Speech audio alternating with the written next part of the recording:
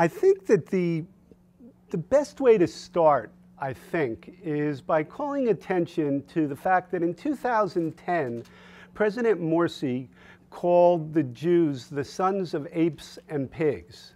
And then somehow, for some reason, and I'm not sure why, about 2 or 3 weeks ago, it was treated like news in the United States. It got to the front page of the New York Times.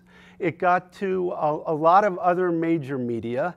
And the question that baffled me is, why now? Why all of a sudden this particular instance of outrageous anti-Semitism is getting some attention, whereas all of the other incidents that I have been certainly reading about and studying for quite a few years, and that everybody who even bothers to look a little bit could see, why that did not get much attention.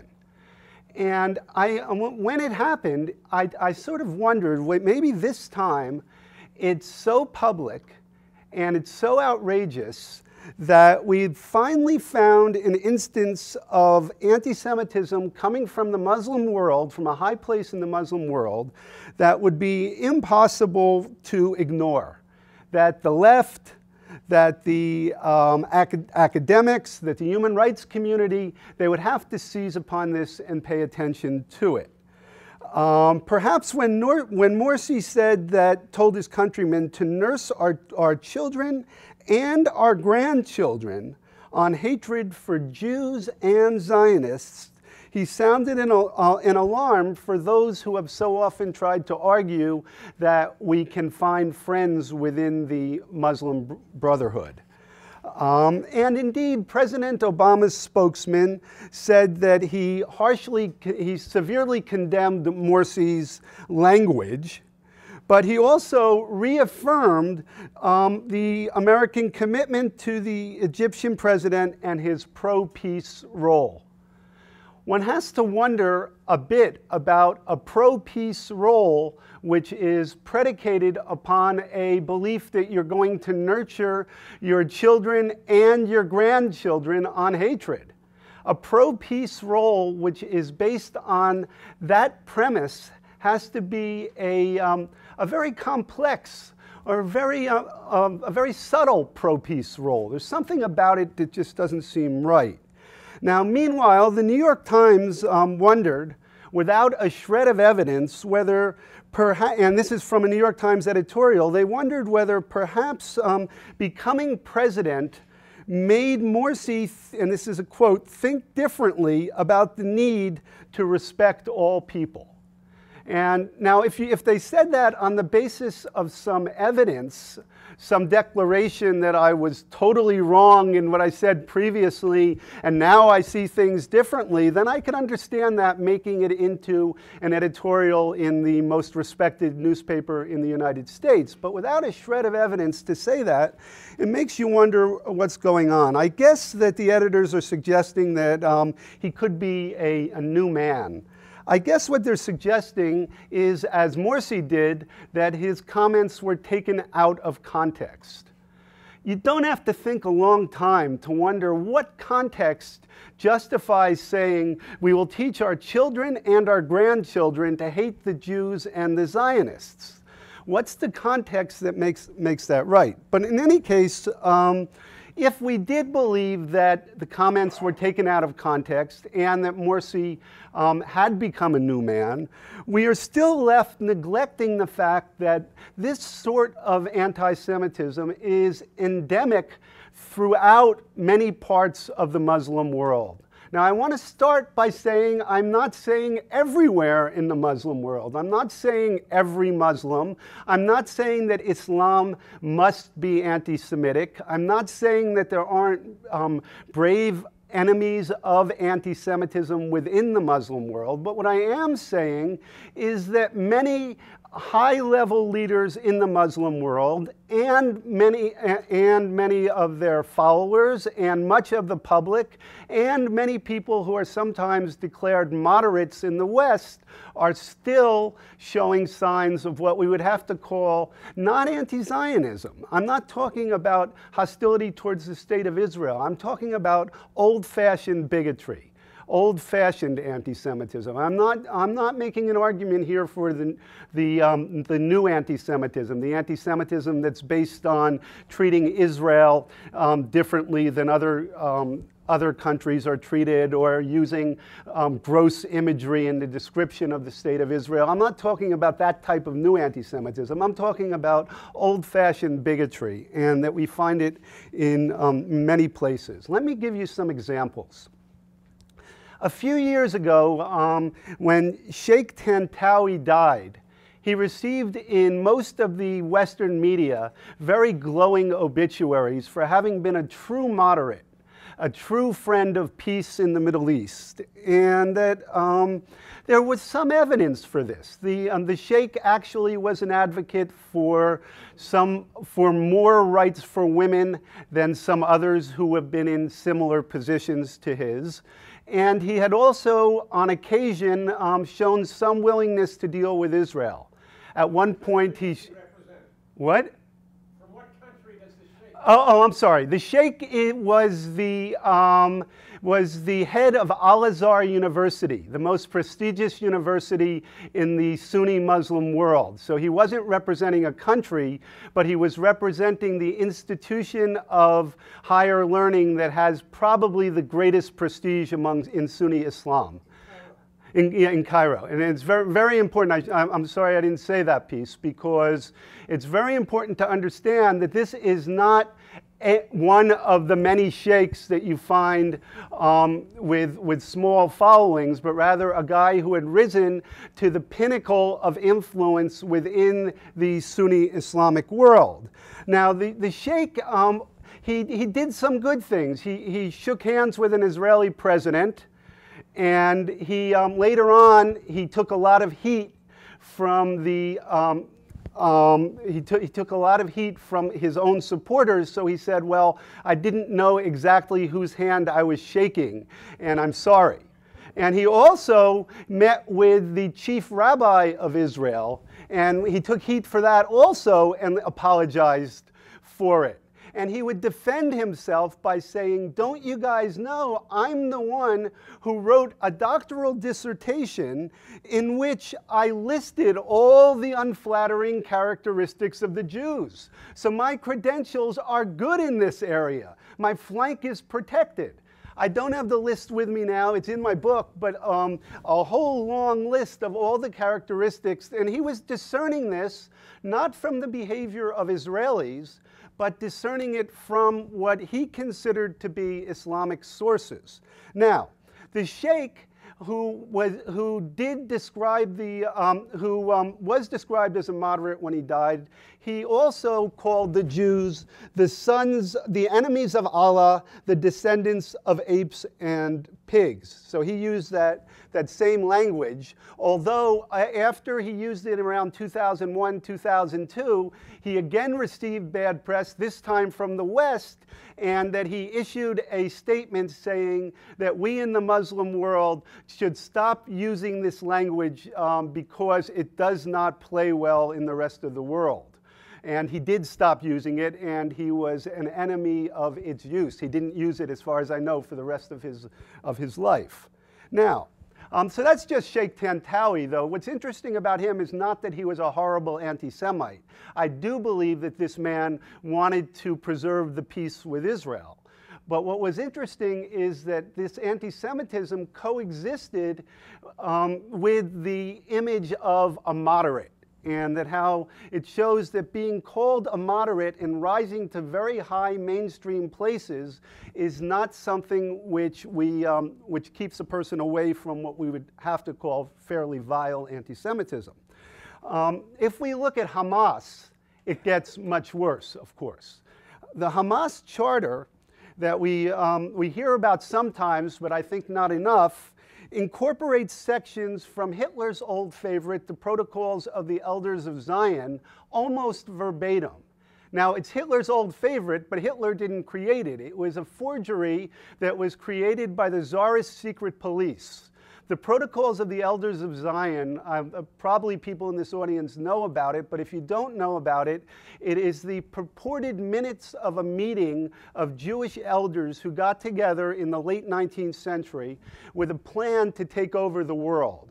And in this plan, what they did was they documented all the different things they were willing to do. They were going to control the world finances. They were going to control the educational system. They were going to use socialism. They were going to use democracy. If they had to, they would kill. If they had to, they would even kill some of their own. They were the ultimate Machiavellians. Now, there's a reason for this, because the book was actually lifted from a French book which was written about 30 or 40 years before the forgery, which did not sell many copies, which was called Dialogues Between Machiavelli and Montesquieu in Hell. It was a French book, and the Dialogues Between Machiavelli and Montesquieu in Hell, and they lifted the Machiavelli parts. And then the member of the Tsarist secret police used that as the basis for writing the Protocols of the Elders of Zion. He combined it with another chapter from a novel by a German author. Some people have done some very good detective work here. This is not my work. This is just common knowledge among scholars of the Protocols. There was a fictional work, and one chapter in this fictional work described a meeting of the Jews in a cemetery where they made a plan to take over things. So the Tsarist secret police put this stuff all together, and then what they did was they kind of, made the appropriate changes as necessary and passed it off as meetings by the Jews. There is Hadassah Ben Ito wrote a very gripping account. It's marred by not having any footnotes or references, but it's based on good research. But she wrote a very good book about this, if anyone's interested in finding out about it, because she documents how several courts of law proved that this was a forgery. Henry Ford, at one point, had it translated into English and very widely disseminated. And then it started to cause him more trouble than it was worth. So later on, he apologized in a way and tried to take back the copies. But anyway, by about 1930, there was nobody who had any academic credentials at all that would give this the time of day. Yet these protocols have become something of bestsellers in many parts of the Muslim world. Many new translations exist into not only Arabic, but other languages spoken by Muslims. It sells widely in Malaysia. If you remember the speech I'll talk about from Mahathir Mohamad from about 10 years ago, the Malaysian Prime Minister, he lifted elements out of the protocols. I saw a study of anti-Semitism in Indonesia, which showed that many people, if you just talk to common people in Indonesia about the Jews, their images come largely from the protocols. The protocols were actually consciously brought over by anti-Semites, including Hitler, to the Middle East, and were disseminated as part of a conscious agenda, but by now they've taken on a new life. Well, anyway, part of these protocols, the bad parts, well, there are no good parts, but the really bad parts are incorporated into the Hamas charter. Now that's Hamas. Let's turn to Abbas, who represents hope, the head from the Palestinian Authority. I do think that it's possible that he could represent hope. I'm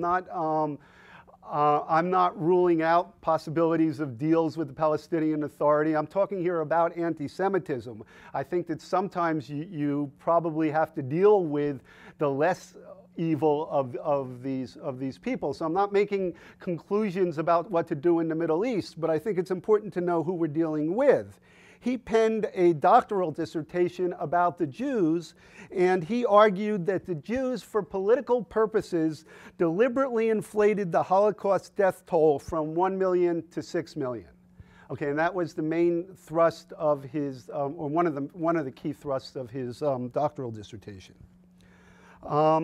Okay, here's some more evidence, because I think the evidence is important, because when I talk about why people aren't paying attention to this, I want to make clear what they're not paying attention to. And I think one way to document the fact that I'm not just talking about some fringe elements is to look not at the famous speech by Mahathir Mohamad where he denounced the Jews for having invented socialism and democracy, which do not sound like such terrible things, but he was saying they invented these things to help them get ahead in the world, and that they had, and he kind of denounced the Jews for all the classic protocols type protocols of the elders of Zion reasons. But anyway, when he gave this speech of vile anti-Semitism, he gave it to the leaders of the Islamic Conference, who were the heads of state or high-ranking officials from all of the major Muslim communities around the world. So there were a huge number of very important people there.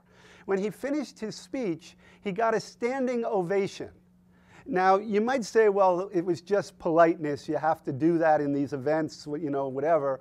But then afterwards, as far as I know, there were no clarifications from any of these people from their offices saying, well, you know, we're distancing ourselves from the anti-Semitism. None of that happened. They gave him a standing ovation, and that was that.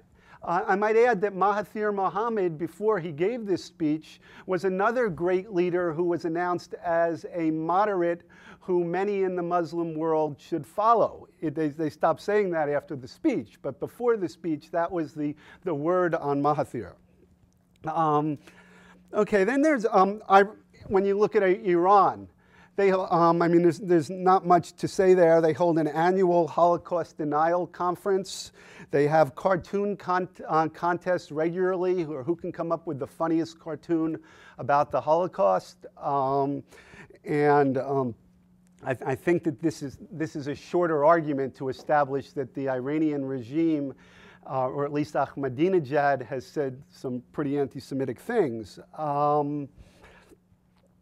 The Saudis, who are on our side, I think, they're our allies. The Saudis sponsor a great deal of educational materials. They use their tremendous oil wealth to come up with educational materials, and these educational materials, this is not a news story, but they've been distributed around the world, very much in Muslim majority countries, but they've even worked their way into Britain.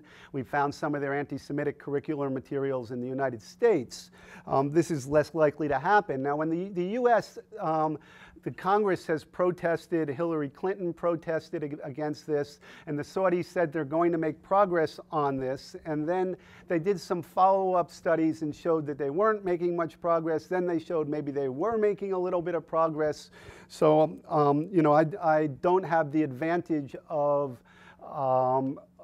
language skills from the region, so I can't be the first person on the scene with these stories to know about late-breaking news. I would much rather that the experts in Middle East studies took up this story, but for reasons I'll get to, they're not about to do it.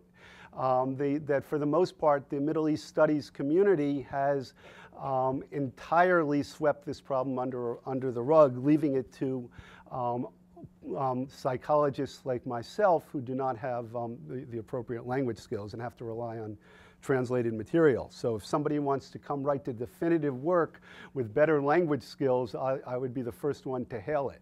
Okay, then there are polls done by the Pew Foundation, and they don't really have any particular side in the Arab-Israeli conflict. They can't really be denounced as a Zionist tool the way so often we hear research from, you know, that says positive things about Israel denounced.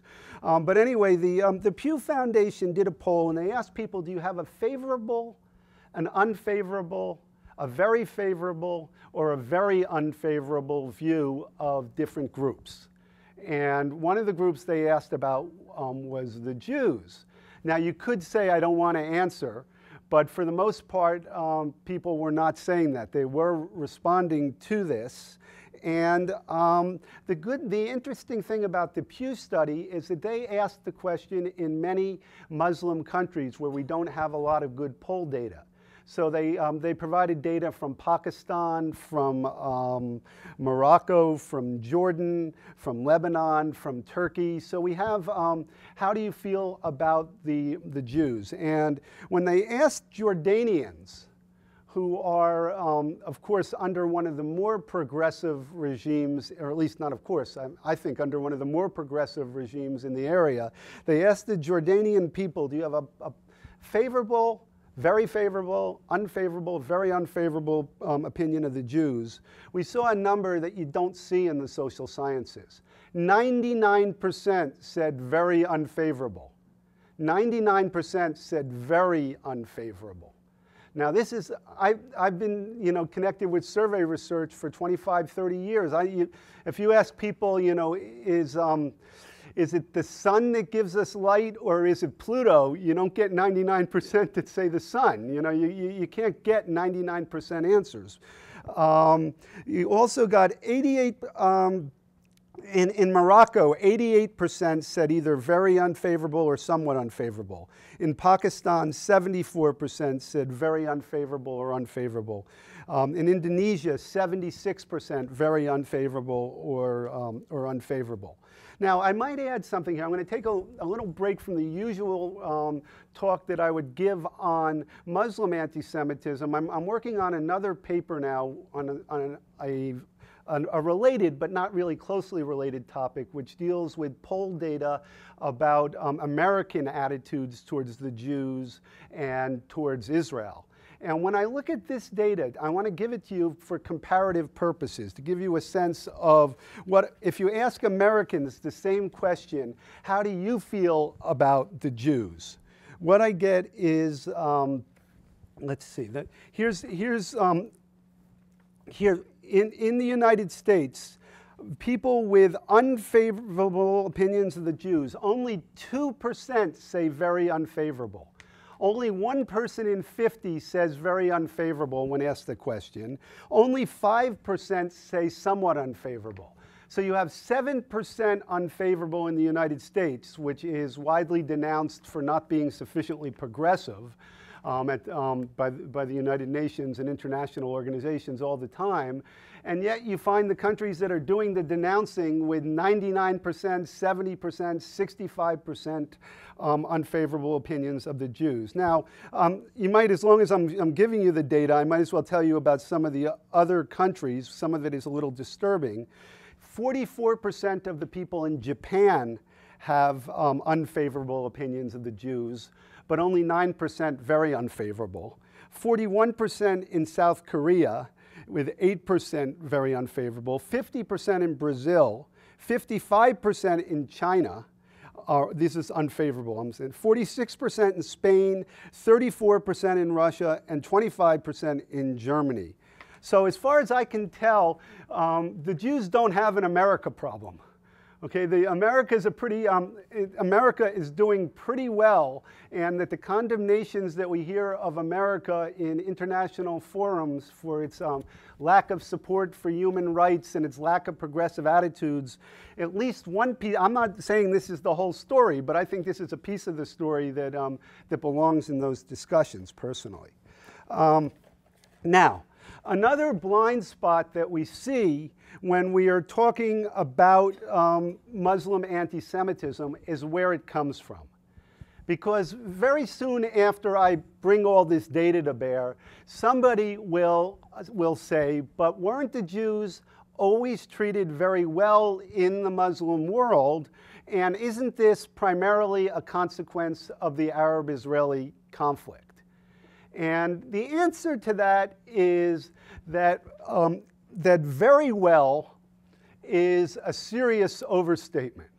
That there were times that I think that you would have to say, if you were fair, that if you compared the way the Jews were treated in the Muslim world to the way that the Jews were treated in the Christian world, on average, on balance, my judgment is that they were treated better in the Muslim world overall, but that's largely a statement about how they were treated in the Christian world and not how they were treated in the Muslim world. And the other thing is that you have to look country by country, time by time, place by place, and there's a wonderful book by Martin Gilbert, which just came out, called In Ishmael's House, came out about a year and a half ago, which traces the Jews in all different parts of the Muslim world. And it's fair. It shows that for many, many years in the Ottoman Empire, for example, the Jews were treated reasonably well. They were still not treated as equals, but it's not fair to hold countries to that standard in those eras.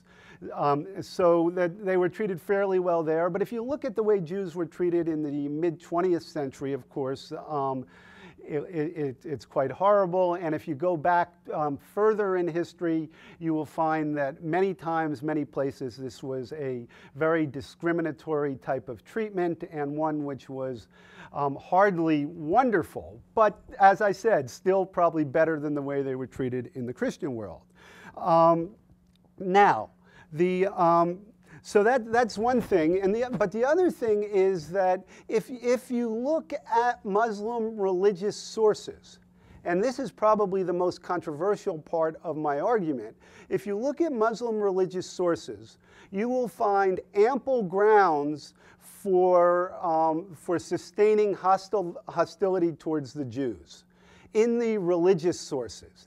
Now, I'm saying this with a very clear caveat, and that is that I would not want to have to go through the religious sources of the Jewish tradition or the Christian tradition and have to defend them one by one either. I think that all religious traditions, or at least the three that the Christian, the Jewish, and the Islamic religious traditions, have within them the basis for hatred if somebody wants to find it.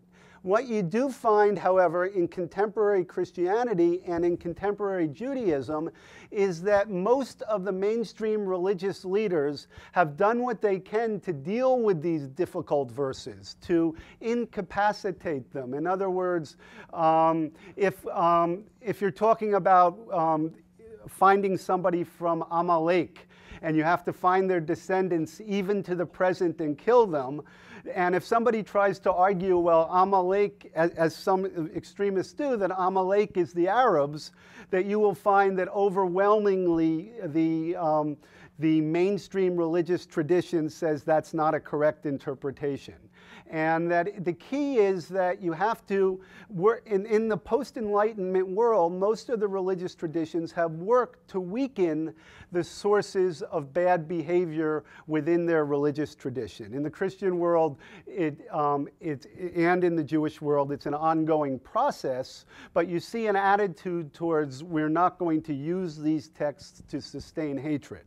What you see going on in the Muslim world is in many ways the opposite, except among some progressive imams and progressive Muslim leaders, and that they unfortunately are few in number, found mostly in the West, and found and not widely listened to by other Muslims. But in any case, to get back to the pigs and apes language, where is this coming from? In my view, this comes that the people who use it as a term of hatred nowadays, I think, can be plausibly said to be arguing against the text. That, in other words, the text comes from there's some Quranic basis for the story, and what it says is that the Jews were punished by Allah for not observing their own Sabbath. There was a group of Jews in a certain community who were violating the Sabbath, and that this what made them bad Jews, and so God punished them, and he punished them by turning some of them into pigs and apes. And now that story, you could interpret it, first of all, as a sign not that Jews are evil, but you could interpret that story, if you wanted to be progressive-minded, by saying that a person should follow their own religious tradition, and that Islam expects Jews to be true to their Judaism, just like it expects Muslims to be true to Islam. And that therefore the interpretation here is not anti-Jewish, but rather pro-religious. And as far as the transformation into pigs and apes, You could interpret that as somehow temporally bound, that we're talking here about the 7th century, and the idea of transforming people into animals was something that would have probably been more viewed as more plausible then than now, and also that you might view this as not even a literal transformation. So there have been many debates among Muslim theologians who have raised these different interpretations, and liberal Muslims will come up with a way of totally incapacitating or weakening this language. On the other hand, there are militants, and obviously militant has to be defined broadly because it includes President Morsi of Egypt and it includes Tantawi from Al-Azhar, but who argue that, that the Jews nowadays can be denounced as the descendants of pigs and apes. Now, when the Jews are denounced as pigs and apes now, there's another argument against it, which is that these pigs and apes may not have been able to reproduce. So it's possible that they just died out and that was the end of the punishment right then and there. The notion that it was carried forward to subsequent generations is not something that many, many observant Muslims believe. And also there's a question about when they reproduced. Did they reproduce Jews or did they reproduce pigs and apes? So I've been following these debates in all sorts of different different media, and that, and you don't have to come away from this story with the idea that you're going to use this as a hateful insult. I wanted to share, though, with you some of the ways that it is used, and that's the key. What we find is, for example,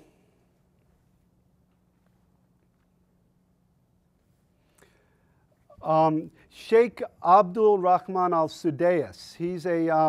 He is somebody who's known apparently in the Muslim world for his recitation of Quranic verse, and it's on the internet, so I heard him reciting it, and it is quite amazing to listen to. When the Sheikh came to England for the dedication of London's Islamic Cultural Centre, key British media spoke of his message of peace and moderation, and that this was the way it all played out in the British press.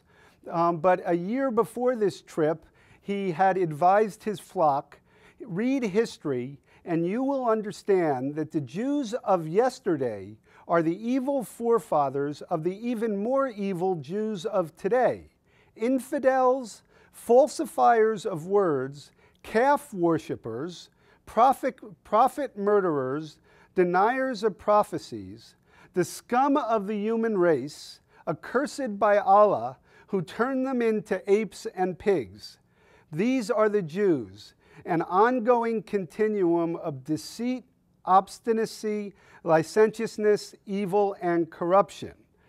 And that he is one of the chief clerics in Mecca at one of the most important mosques there. Now, obviously, to call a man like this a moderate takes either some ignorance of what he said or an odd definition of moderate. Hassan Nasrallah from Hezbollah, he called the Jews the murderers of the prophets, the grandsons of apes and pigs. The murderers of the prophets, the grandsons of apes and pigs. Here's another one. This is on Palestinian Authority television. A Muslim cleric, Sheikh Ibrahim Mahdi, used the phrase, he was trying to work people up against Israel, but he said, all weapons must be aimed at the Jews, at the enemies of Allah, the accursed nation in the Quran, whom the Quran describes as monkeys and pigs.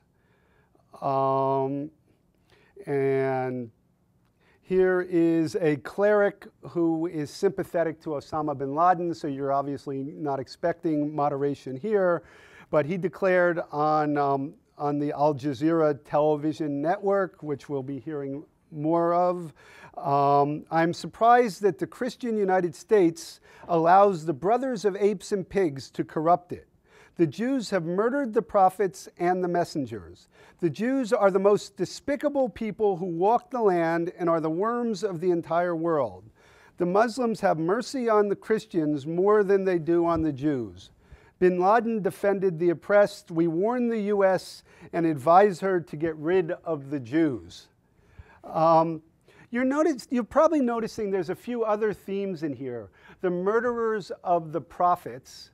And this is a theme that comes up repeatedly in the religious tradition of anti-Semitism in Islam. Another one is that the Jews, and there are stories, there's like one story, for example, of a Jewish woman who was angry at Muhammad for having her husband died, I guess, in battle or somehow killed in war with the Muslims. So the story goes that she fed Muhammad some meat which had poison in it, and that he ate some of it, but he made it through. But then years later, when he finally died, he died because of a stomach problem, according to this, and the stomach problem is traced back to what this woman did. There are other stories that you get. Now, the stories that I'm talking about now are not in the Quran. They are in the Hadith, which is a different type of tradition in Islam, and that these Hadith are understood by Islamic scholars to have differing levels of reliability. So that some of them are judged as things that the Prophet definitely said, and some of them are judged to have somewhat less reliable, you can trace them less reliably back to Muhammad, and therefore you have to question them. But the stories in the Hadith are much more, get much more vile in describing the Jews than in the Quran. And that some people believe that some of these were added later on. And there's a very interesting book out called The Jew Is Not My Enemy by Tariq Fatah. And that in this book, what he argues is that at some point, when the leadership of the Muslims switched back to people from Mecca, what had happened is that these Meccans felt vulnerable because they had initially rejected the Prophet. And so in order to bolster their own position, they tried to inject into Islam later on more of an anti-Semitic tradition than was there initially. And that the goal was to try to deflect attention from what the Meccans had done to Muhammad and to make it more what the Jews had done.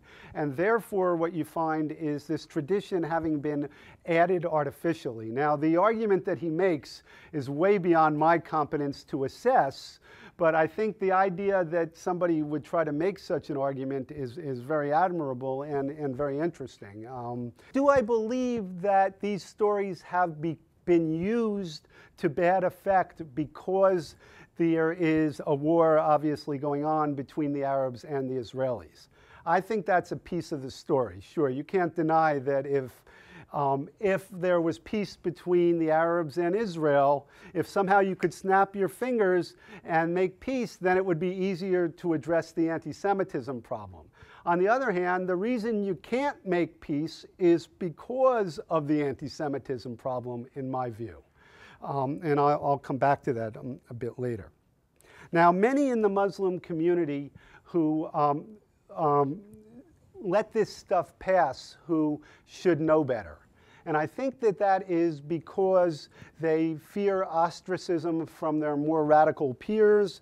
I think it's because in some parts of the Middle East, to stand up and say, you know, I think the Jews have a point, could be a fairly dangerous thing to do. And I think that I don't envy somebody who has to make this battle on their own, and I think that explains why a lot of the more reasonable voices are coming out of the West. But even here, it's not so easy. Now,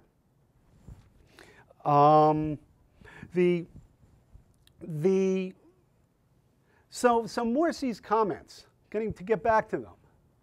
Why were they news? Isn't this, and that sometimes you actually hear that used against you. When you're trying to bring attention to this problem, I sometimes hear the first line of argument is, well, it's not really a problem, it's not really anti-Semitism. And then when you convince them that it is, then they tell you, well, everybody knows that there's this anti-Semitism, so it's not news. So I'm finding that it cuts both ways. You have, on the one hand, people telling you that it doesn't exist. Then once you convince them that it exists, they say, well, we shouldn't talk about it because it's not news. And I think that what this indicates to me is that somehow there is a real unwillingness in the West to discuss all of this. And that I think that when I use the word conspiracy, I'm not using it in the sense of a secret conspiracy where people get together and say, let's not talk about this. What I think it is much more subtle. I think that part of the problem is that the human rights community, Middle East studies professors, social scientists, even governments have been reluctant to criticize Muslims on this issue because the West is trying so hard to get along with the world of Islam and trying to broker an elusive Arab-Israeli peace deal. And there's somehow a belief that by calling too much attention to this issue, it's going to get in the way of building bridges. It's going to get in the way of building bridges. Why does all of this matter? Why does Muslim anti-Semitism matter? Obviously, this is a reasonably small crowd. This is not something that most Americans feel particularly engaged by this issue. The body count is pretty low by 20th century standards so far. We have Daniel Pearl, the Chabad Center in Mumbai, I would count, the plot against the synagogues in the Bronx, the attack on the Jewish Federation building in Seattle. There's a guy, Warren Weinstein, who went over to help Pakistan with its economic development, and he was kidnapped, and as far as I know, he hasn't been released. And they kidnapped him because they sent a message out, we've got the Jew. But anyway, so there is a body count, but it's a relatively low one. One thing to keep in mind is that when this anti-Semitism exists, it is not first and foremost, or not even only, real Jews that they're talking about. The belief of the anti-Semites is that America is in the hands of the Jews. And so you find that anti-Americanism is a very close cousin of anti-Semitism. It always has been. It was with the Nazis. It was with the Soviet Union. It almost always is a pretty close cousin of anti-Americanism. And so you find a guy who attacked Fort Dix, for example. He said, well, my first choice was to kill some Jews. My second choice is Fort Dix. So that what we are talking about here is a complex of hatred that extends to Americans, it extends to non-Jews, and it's important to keep in mind that there never has been an anti-Semitic movement that was otherwise progressive. Okay, the one thing you never ever see happen is this guy's an anti-Semite, but except for that, he's kind of reasonable. Okay, it doesn't happen. And so anti-Semitism in this sense can be viewed as a canary in a coal mine. You see that phrase all the time in books on anti-Semitism. It's a sign that something broader is wrong with the polity. The other thing is it is certainly a sign that there's something wrong with the anti-racist community. If you look at all the people who study all the textbooks on prejudice and discrimination, they don't even mention the issue. It's not even mentioned. I did a search of the social science literature for studies that deal with Muslim anti-Semitism. I did it back in 2003. There was almost nothing. Since then, I've found maybe a handful of articles, a few books, but that the community of social psychologists that was so important in combating anti-black racism, so important in combating so many other forms of racism. The social scientists, and I pride myself as coming from this community of social psychologists, They have nothing to say about this. There was one article that was published, and there's one research team with Lee Jussum and Florette Cohn operating out of Rutgers and College of Staten Island. It's done a couple of articles. There's very, very little of this type of research which is being done. The Middle East studies professors, they don't want to hear about it. They are apologizing left and right for the anti-Semitism and apologizing left and right for Islamism and other forms of extremism. And that, and then in addition to that, the human rights community. You find that the organizations that ought to be taking a lead, you have the Jewish organizations, some of which are doing a good job. The Anti-Defamation League is doing a good job with this. There are Jewish organizations which are doing it, but the general anti-racism, anti-prejudice organizations don't want to hear about this. Now, I might look at some, very, very briefly, just enumerate some of the counter arguments. I won't have time to address them, but I want to list what they are and tell in a word what I think is wrong. Their argument is Muslims don't hate Jews, they hate Zionists and or Israelis. And here, if you look at the actual content of the anti-Semitic statements, you will see that the references are to the evil in the Talmud, the evil in the Jewish Bible, the evils that existed way before the Zionists even came onto the stage, and they see Zionism as a consequence of the nefarious Jewish character. Another argument is all criticism of Israel is not anti-Semitism. And the answer here is of course not. Criticism of Israel is a perfectly legitimate type of political criticism when it doesn't cross the line into anti-Semitism, okay? But that doesn't mean that just because you are also criticizing Israel, you are free from being charged as an anti-Semite. Another argument you get is there's a little unavoidable spillover from the Arab-Israeli conflict. It's unavoidable. That because of the war, you're going to get this sort of thing. And I think that just disregards the whole history of what went before, if you think it's just coming out of the Arab-Israeli conflict. Another one, how would you expect people to react to all those Israeli transgressions? Well, here you have to refute this, you have to get into an argument about whether the Israeli transgressions somehow were of such an order as to merit the level of hostility and hatred that you see, and just what were these transgressions. So there's not a quick answer to this, but there's an answer because, first of all, even if those transgressions existed, it doesn't justify anti-Semitism. The argument that Islam has always provided historically provided a welcoming home for Jews. Well, Jews historically were considered dhimmis or second-class citizens, and that they had to follow all sorts of rules that were discriminatory, and that this is just a misreading of history. Another one is to say it's historically inaccurate to say that Islam, the religion, contains the seeds of Jew hatred.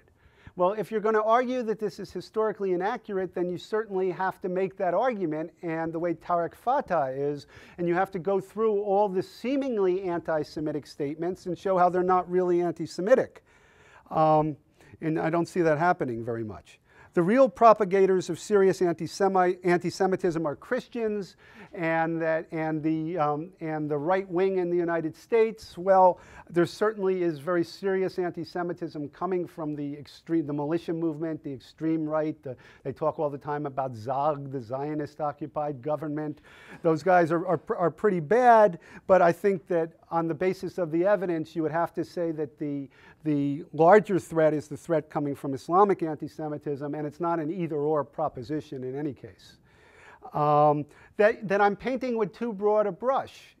And here I'm arguing that I'm not painting with too broad a brush. I am totally on the same page as liberal Muslims, as truly liberal Muslims. Bassam Tibi, I may disagree with him occasionally with some of his views about Israel. Tariq Fatah, I sometimes disagree with some of his views about Israel here and there. But basically, these are guys who see more or less eye to eye to, Khalil Muhammad at San Diego State and Irshad Manji, they're not mainstream figures in Islamic theology, but they are people who consider themselves believing Muslims, and they have come up with essentially similar conclusions. Another one is nice people don't criticize other people's religious beliefs. Well, this is tricky because I'm not by nature someone who likes to criticize other people's religious beliefs, and I think we're better off in a world where we give everybody a lot of room for their religious beliefs. But on the other hand, when religious beliefs are used to justify hatred, then you can't criticize the hatred without also criticizing the religious beliefs. Nobody would argue that Jews did not have a right to criticize Christian theology when it was anti-Semitic. And another argument is, well, shouldn't we be talking about Islamophobia in the United States? And I think that in many ways we should. I believe that Islamophobia does, I think that word is not a good word because it implies fear, but I think that bigotry against Muslims does exist in the United States. And I think that if I were given, do I think in the United States that I experience a warmer reception as a Jew than a typical Muslim does? I think the answer is that I do. And I think that if there's policing to be done in our own home, if there's improvements, if there's a battle against that type of bigotry, then I think that we have to be a part of that too. But that doesn't negate the fact that this other issue is out there. Criticisms of Islamic anti-Semitism are Islamophobic. Well, I think that is ridiculous. Where the anti-Semitism is coming from is where you have to criticize it. And that aren't Jews just as bigoted against Muslims? And here I think if you actually look at the evidence, you will find that Jews do not score as more bigoted than other Americans or Westerners against Muslims. They actually have, on most forms of tolerance, Jews score higher. I have seen one survey in New York City. When you're comparing Jews to other New Yorkers, who are, of course, a very liberal community, the Jews slightly scored more anti-Muslim. But that was by like 1 or 2 percentage points, and it's comparing Jews to other liberals in New York. But everywhere else where you do these studies, you find that Jews score as more tolerant and as okay, I am running. I'll take just 2 more minutes. Then the one other one is it's not in the best interest of interfaith cooperation. If we want to have good interfaith relations, we should talk about what we agree about. Well, I think there's an elephant in the room. I think that you can't leave this out of that discussion. And I think real interfaith, it might mean accepting that other people aren't perfect. And it might mean forgiving people for past anti-Semitism, but it doesn't mean tolerating present anti-Semitism or ignoring it. It's not in the best interest of the Israeli-Palestinian peace process. Well, here, I think a lot of the reason that we have this conflict going on is because the Muslim world had great difficulty tolerating the Jews' emergence from dhimmi status. The Jews were treated reasonably well as long as they stayed in a subordinate role. But when Jews emerged as an independent nation, that contradicted some of the deepest beliefs of Muslims. Because in the Muslim world, the reason there was not so much hostility against Jews as there was in Christianity is the Muslims believed that they had already defeated the Jews in the 7th century. That Muhammad had put that issue to rest. Jews were weak, and Jews couldn't defend themselves, and Islam had triumphed. And once they triumphed, there was occasionally room for magnanimity, but the Jews had to stay in their designated role. And I think that when Jews emerged from that designated role into independent statehood, and when they then started winning wars, it was just too much to bear, and I think that fueled some of this anti-Semitism. So anyway, I think it's the whole thing, just to summarize, if you're asking me what can be done, I don't have a good answer. And that I do think this is a litmus test for the West. I think it's a litmus test for the left. I think it's a litmus test for the right, for the government, for human rights organizations, for the UN, for Europe. remember, there's never been a movement that was anti-Semitic but otherwise reasonable. And so it's a challenge not only to Jews, but to all Americans, in my view.